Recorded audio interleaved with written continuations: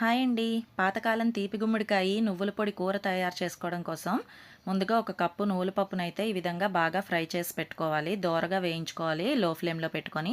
ఇది colour change అయిన తర్వాత దీన్ని తీసి పక్కన పెట్టుకొని ఇందులోనే ఒక 10-15 దాకా ఎండుమిర్చిని కూడా బాగా ఫ్రై చేసుకోవాలి.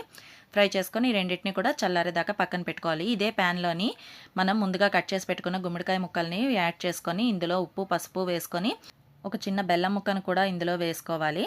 వేసుకొని మూత పెట్టుకొని బాగా ఈ గుమ్మడికాయ ముక్కలు ఉడికేదాకా కూడా ఈ విధంగా ఉడికించుకోవాలి. వాటర్ అయిపోతూ ఉంటే కాస్త మళ్ళీ పోసుకోవచ్చు. ఇంకా మనకి నూలుపప్పు చల్లారిన తర్వాత దీన్ని మెత్తగా పొడిగా చేసుకోవాలి. చేసుకున్న తర్వాత మనకి గుమ్మడికాయ ముక్క ఉడికిందో లేదో ఈ విధంగా టెస్ట్ చేసుకోవాలి. ఇది ఉడికిపోయిన తర్వాత మనం మరొక ప్యాన్లోని కాస్త మినపప్పు, ఎండుమిరపకాయలు పోపు అనేది వేసుకోవాలి. వేసుకొని ఈ కూరలోకి అయితే ఈ పోపుని యాడ్ చేసేసుకోవాలి. యాడ్ చేసేసుకొని ఒక 2-3 స్పూన్ల దాకా ఈ నువ్వుల పొడి అనేది ఇందులోకి వేసేసుకొని బాగా కలిపేసుకొని మూత పెట్టి ఒక 2 నిమిషాలు ఉంచినట్లయితే గుమ్మడికాయ